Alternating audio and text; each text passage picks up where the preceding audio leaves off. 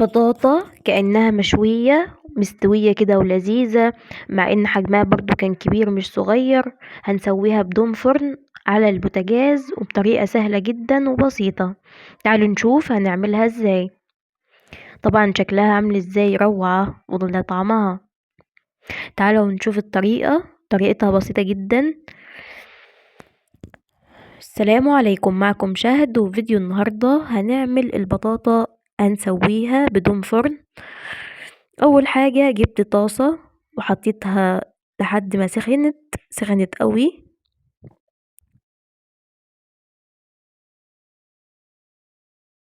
وابتديت ارص البطاطا بالشكل اللي انتوا شايفينه ده، اي مهما كان حجمها قطعتها القطع اللي انتوا شايفينها دي. وابتديت احط عليها حوالي 3 ل4 معالق سكر،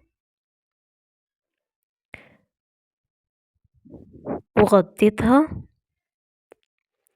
وهديت النار قوي يعني كويس قوي، وهسيبها حوالي نص ساعة.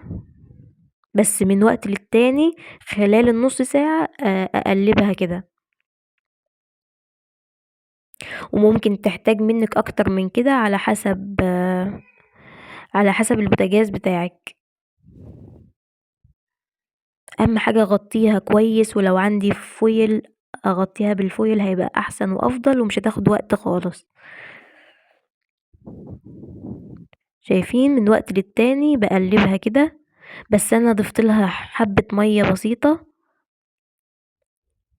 وكده استوت معانا. تقريبا اخدت حوالي ساعة الا تلت، علشان انا ما حطيتلهاش فويل خالص، انا غطيتها بس يا دوب بغطا. والمية حطيت مية قليلة جدا. شايفين مستوية جدا. المعلقة بتدخل فيها بكل سهولة.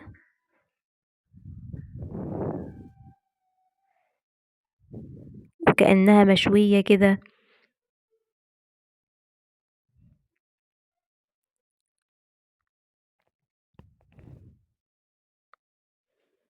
نطلعها بقى كده في طبق ونفتحها نوريها لكم.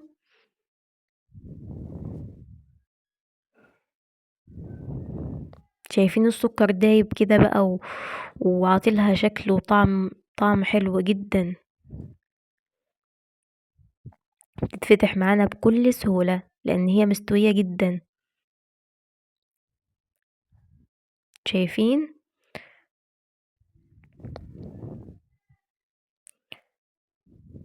ندوق بقى كده.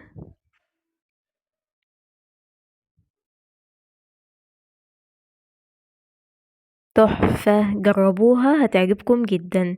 ما تنسوش تعملوا لايك وشير وسبسكرايب وتضغطوا على جرس التنبيه علشان يوصلكم كل جديد. شكرا والسلام عليكم ورحمة